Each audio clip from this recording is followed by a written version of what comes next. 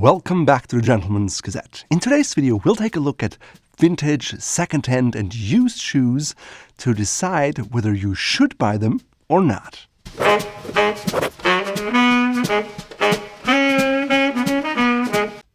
Yucky! Some might say when they just think about buying used shoes. Others, on the other hand, may say, hey, I can get shoes that are worn once for 80% off. I'll do that all day long. Often, shoes are the first and the last thing people will notice when they see you. And as such, it pays to get it right. For us, getting it right means that you have a quality pair of leather shoes. In fact, my first pair of good quality Goodyear welted shoes were from Churches. They were a black cap to Oxford that I bought from eBay back in the early 2000s.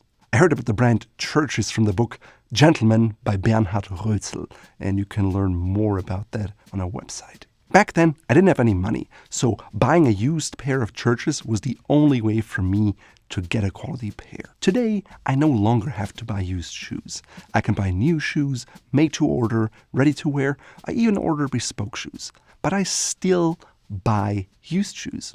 For example, one of my recent acquisitions was a pair of Gucci loafers that we found at a local vintage store when Jack from our team was in town, and it cost a whopping $38. Over the years, I learned a thing or two about buying used shoes, what not to buy, what to pay attention to, and in today's video, I want to share that with you.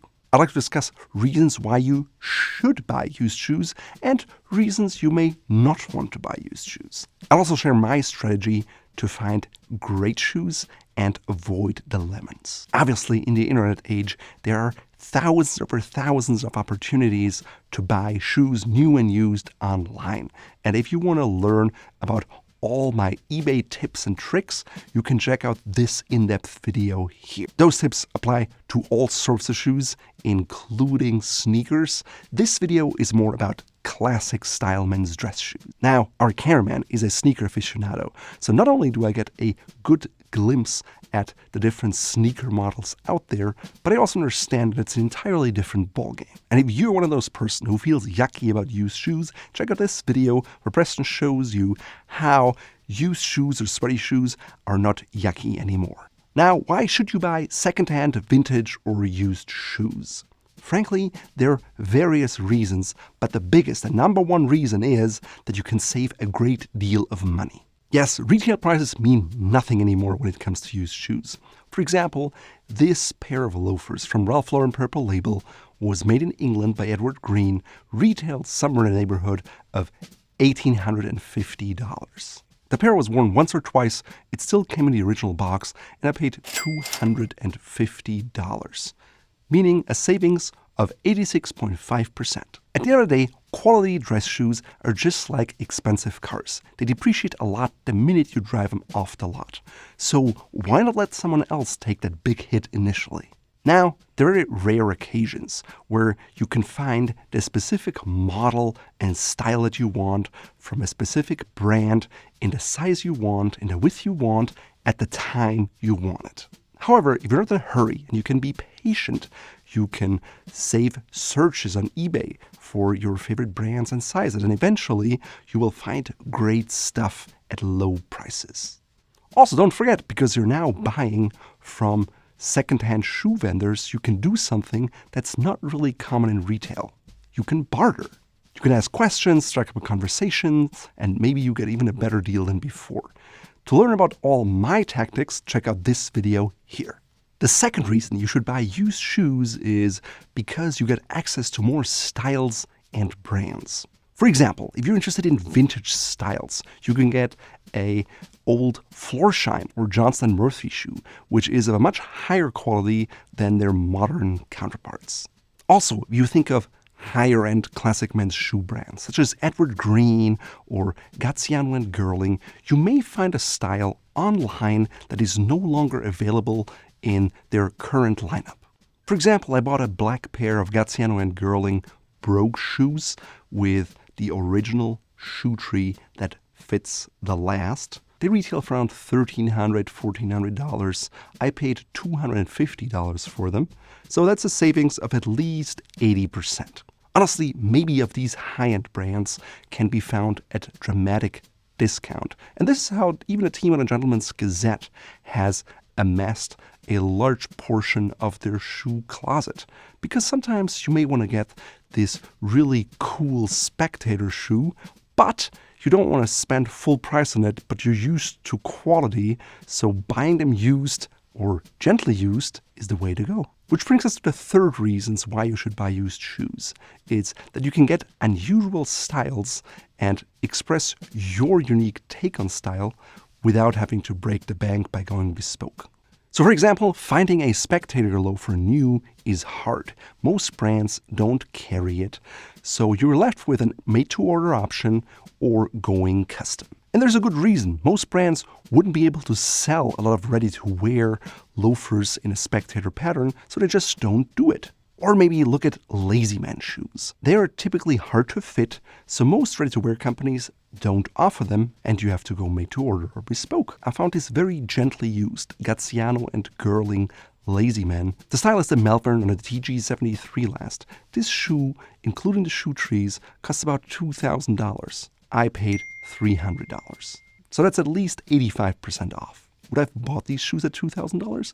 Absolutely not. I would have opted to go bespoke. But since they were available for $300, it's a good way to get a style that I may not have in my wardrobe yet, that has maybe a cool leather or something unusual that I may not get as much wear out of, but I still want and enjoy. Or maybe you want something that's a bit more casual or unusual. For example, a kilty loafer without the tassels. It's a style I found from Paul Stewart, made in England. I think they were made by Grenson. On their website, their made in England shoes retail for around $895. I paid $100 shipped. So that's roughly savings of 88%. Personally, I really like having unusual items, and I don't just want to have 3 pairs of shoes in my wardrobe. So buying used pairs of shoes allows me to express my style, to get maybe a pair of shoes that only works with 2 or 3 outfits in my wardrobe, but I know when I have them, they're really, really cool. For example, this spectator loafer was made by Edward Green in England for Barney's, New York. I would say it's at least 20-25 years old, based on the whole branding and the way things look. But they're in great shape. It's a kilty loafer that has kind of a monk strap buckle and is a spectator. I mean, you're not going to find that today anymore. The fourth reason you might be interested in buying used shoes is because you don't really need a break-in time anymore. If you've ever had a pair of new Alan Netman shoes before that was Goodyear welted, you know what I mean when I say new Goodyear welted shoes may need a break-in period. Yes, I know many shoemakers now have a softer Goodyear option, but I still feel it needs to be broken in. Why? Because it's leather, it's a natural material, it's stiffer at first, but it's much more comfortable once it's broken in. And yes, even bespoke shoes need break-in time, even though it's not as much as some other shoes. Of course, if you buy a used pair of shoes that has been worn a few times, this work is already done for you. As a fun fact, many years ago, wealthy gentlemen would have their staff pre-wear their shoes so they would break them in for them. They'd bend and flex the sole in the uppers just so the shoe would be more comfortable. Now, you may even have heard of the trick of peeing in your shoes to make them fit better, and that's what maybe servants did back in the day. No, Preston, I've already broken those in. Some shoes on the secondhand market are new old stock, meaning they've never been worn, or they're very gently worn, they've only been worn a few times, but the vast majority is already well broken in. Now, if you're interested in becoming more green and more sustainable, keep in mind that nothing is as green as the shoe or the clothes that have already been made. No additional resources are necessary to produce them, and as such, they're much better than any new thing you can make. Fortunately, in recent years, there have been more local retailers or even online merchants who specialize in used clothing. In the US, you even have stores like Le Faux, which sell new shoes but also have a used section. In the UK, you have Abbott's, which is like an online emporium for used clothing. Or you can have physical stores like the beautiful Rudolf Buffet vintage store in Hamburg, Germany. By the way, we visited there, and you definitely don't want to miss the cool look of that store. Now, naturally, life's about a balance, so let's take a look at the drawbacks of buying used shoes and why you might not want to buy them. Yes, I know the biggest concern is that some people think used shoes are icky or yucky, but again, Preston made a video that shows you how you can get a used pair of shoes fully hygienic. And yes, there are limits to that. For example, personally, I don't buy used boat shoes because boat shoes you typically wear just barefoot in the summer, so you sweat a lot into them. It's in the leather, so I only buy new boat shoes. Another drawback of used shoes is that the whole buying process can be admittedly quite difficult, especially if you buy them online and you can't try them on. With clothes, you can go to the alterations tailor. With shoes, you can go to a cobbler, but there are limitations as to what they can do. Yes, you might get them stretched a little, but there's only so much you can do before you destroy the shoe. You can also maybe add an insole, or Preston, for example, he adds pads to his heels and over the vamp, just so he makes his loafers fit, for example. In any case, you won't be able to change a shoe from size 8 to size 10, or from 43 to 45. Even if the sizing seems right in the listing, you may not quite exactly know what you get because sometimes over time brands change their lasts and their sizing slightly and you don't know about that. Or maybe the brand made the shoe for a different company. So let's say the Made in England Edward Green makes a shoe for Paul Stewart, but the sizing Paul Stewart wants was US sizing. So now it's all confusing. Sometimes the person who lists the shoes online may not be an expert, and so the details may not be accurate. Therefore, it's always advisable that there is a returns option. Even if it's paid, at least you're not out all the money if the shoe doesn't fit. Of course, it's always best to shop for vintage stuff in person, but that limits you to your local retailers or maybe if you visit a store while traveling. The second challenge when buying used shoes is that you don't know how the previous owner wore the shoes and how they cared for them, or potentially didn't care for them at all. Of course, if there are obvious flaws, like if the sole is worn through and there's a big gaping hole, or if there is a rip in the upper, you can immediately see that and you stay clear of that. And frankly, if you can't see that, maybe it's time for an eye test. Other signs of wear are a bit more subtle. Typically, I start by looking at the soles first.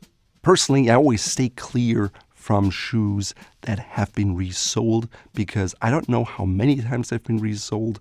I don't know if the job was done properly, and it's impossible for me to ascertain that just from the picture. So I look for the original sole. Typically, brands have a stamp. There may be some painting at the bottom, and you can see how worn the sole is. If there's a channel on a Goodyear welted shoe, is the stitching already walked through or not? Otherwise, how can you really understand what a sole looked like? That requires more knowledge, and you have to understand maybe an Edward Green typically has this sole brand new from the factory, and when they make it for Ralph Lauren Purple Label, this is what it looks like, and 20 years, that's what it looked like. But as you go through the listings, you get an understanding of what is the original sole and what isn't. I also check the tip of the shoe because if that is worn, I know immediately that it's not something I would want to buy. I also check the heels and see how they are worn.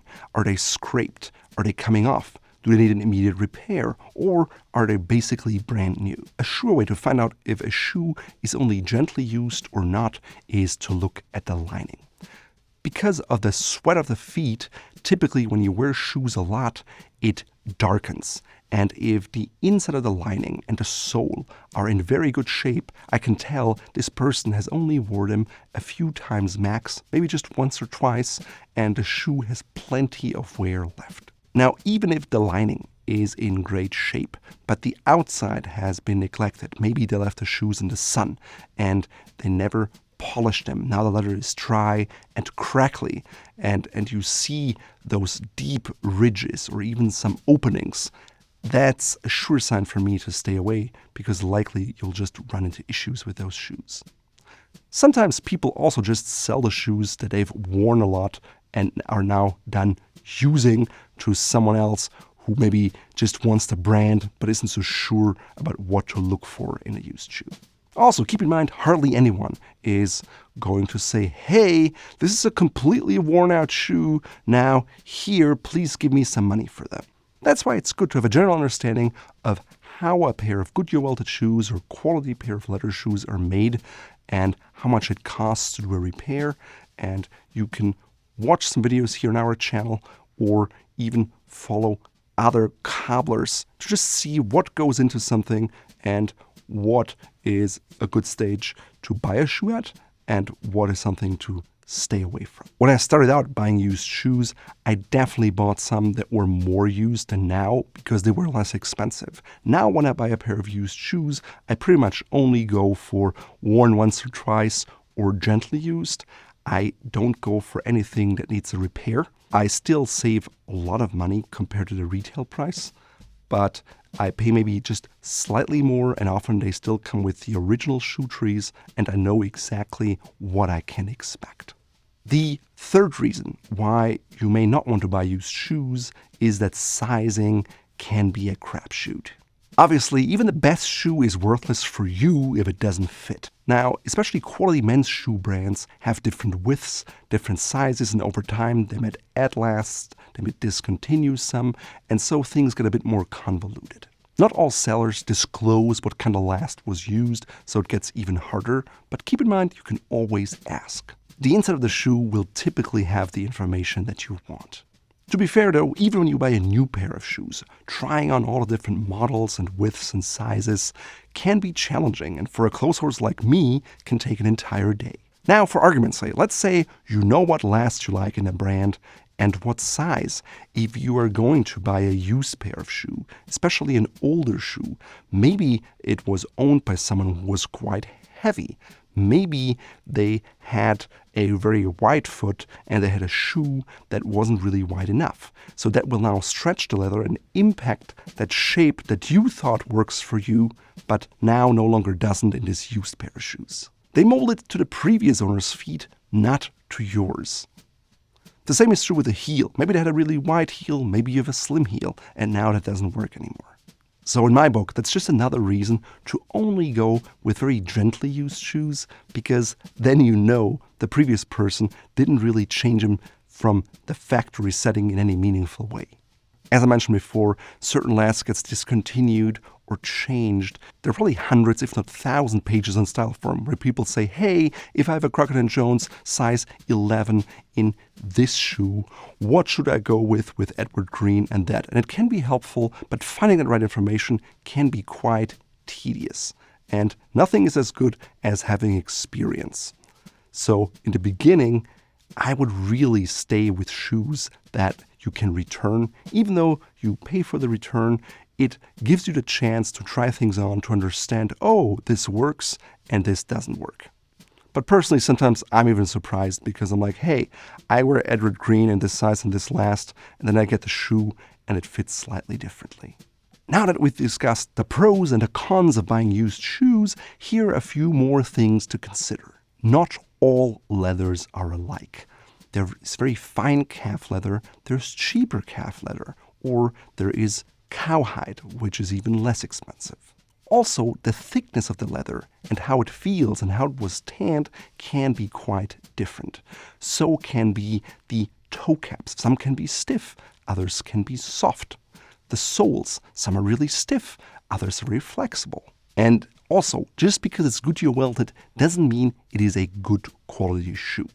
If you want to get a hunch about different brands, what we recommend, what we like, please check out our ranking videos or our Is It Worth It videos so you get a good understanding of what makes sense and what maybe doesn't make sense. That being said, with used shoes, you may be able to buy a John Lobb shoe that you would never buy at retail price, but now that it's used, you still get a good quality shoe at a lower price. Keep in mind, you don't have to settle for what you buy. Sometimes you can buy a used shoe with the intent to maybe strip the color and then put a vintage patina on it. right? And it's much easier to do that or even experiment with it on a cheaper used shoe than on a new pair or on a crust leather pair. You can also make little changes, such as polishing the shoes, adding some edge painting, or exchanging the shoelaces to something that make them look unique and different. For a selection of quality shoelaces, please have a look at our shop here. Also keep in mind that the upfront cost is rarely the final cost. If you buy online, there's shipping involved. There may be free shipping, there may be paid shipping, there's taxes involved. And in terms of time, when you get the shoes, maybe you want to polish them. Maybe you have to apply edge painting. Maybe you have to go to the cobbler. This is all something that goes into the final cost of the shoe.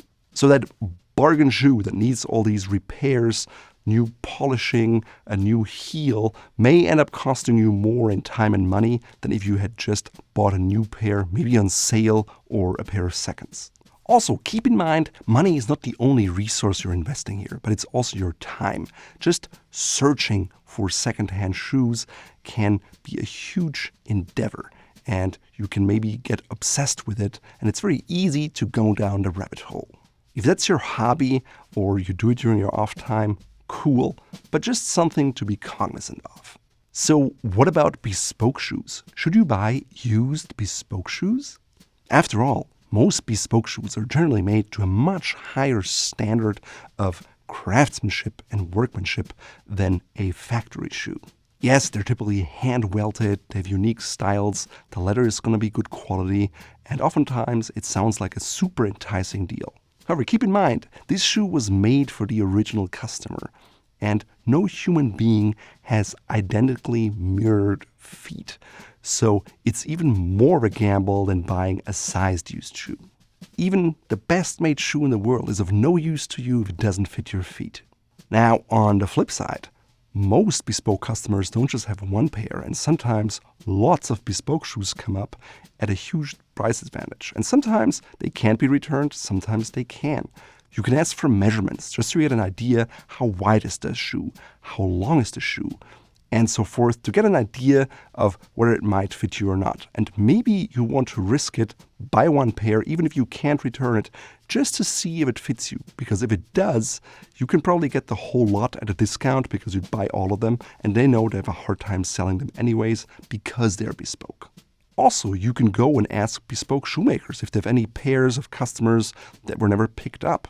Or for example, when we were at the bespoke shoemaker the other day, Amara Hark-Weber, who we made a whole series of shoes with, which you can check out here, said that her feet grew after her pregnancy. And so she had a bunch of shoes, and Teresa tried them on, and she said, wow, this is the best fitting shoe I ever had. And so we scooped up some pairs, which was really nice for us, of course. She can make new shoes for herself, but these are all things to consider, especially when you can try the shoes on in person, because then you see immediately if they fit you or not. One more important note on bespoke shoes: if you buy them used, check the heel height and if they're different or if you have differences, because the last thing you would want is buy a pair of used bespoke shoes that then will cause hip or back pain for you. So what are good places to buy used shoes from? I mean, obviously there's eBay, there's Poshmark, but there are also lots of other smaller stores that are more curated, and we'll have a list of all the stores that we have personal experience with on our corresponding post on our website. As we round out today's video, I'm curious, do you wear used shoes? What are your pros? What are your cons? Did we forget something? What do you think is a great deal for a used shoe? And I look forward to hearing from you in the comments. In today's video, I'm wearing a nice sport coat from Brioni that I got secondhand. It's paired with a linen cotton striped shirt in light blue and white.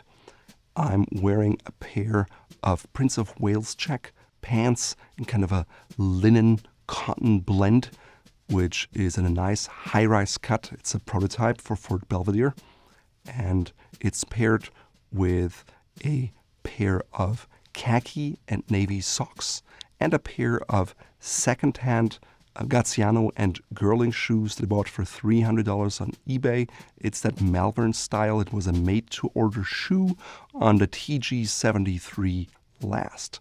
It has this cool rubber sole that is very flexible, so it feels more like walking with sneakers than with a classic dress shoe, but it has the look of a classic dress shoe. It's also a lazy man style, which is not something you will find very often.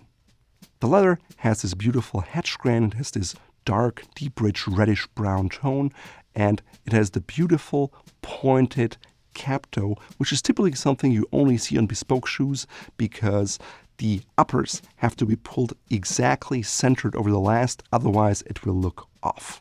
My watch is a vintage grün precision with a brown lizard strap that picks up on the color of my shoes. I'm also wearing a ring with a white stone. The metal is gold, just like the parts of my watch, so everything is harmonious and works together. Last but not least, I'm wearing a pocket square from Fort Belvedere that is hand-rolled and has hand-embroidered polka dots in blue. For my cologne, today I'm wearing the Roberto Ugolini High Heel White, which is a beautiful unisex scent that has tones of vanilla and is available in our shop along with other Roberto Ugolini fragrances.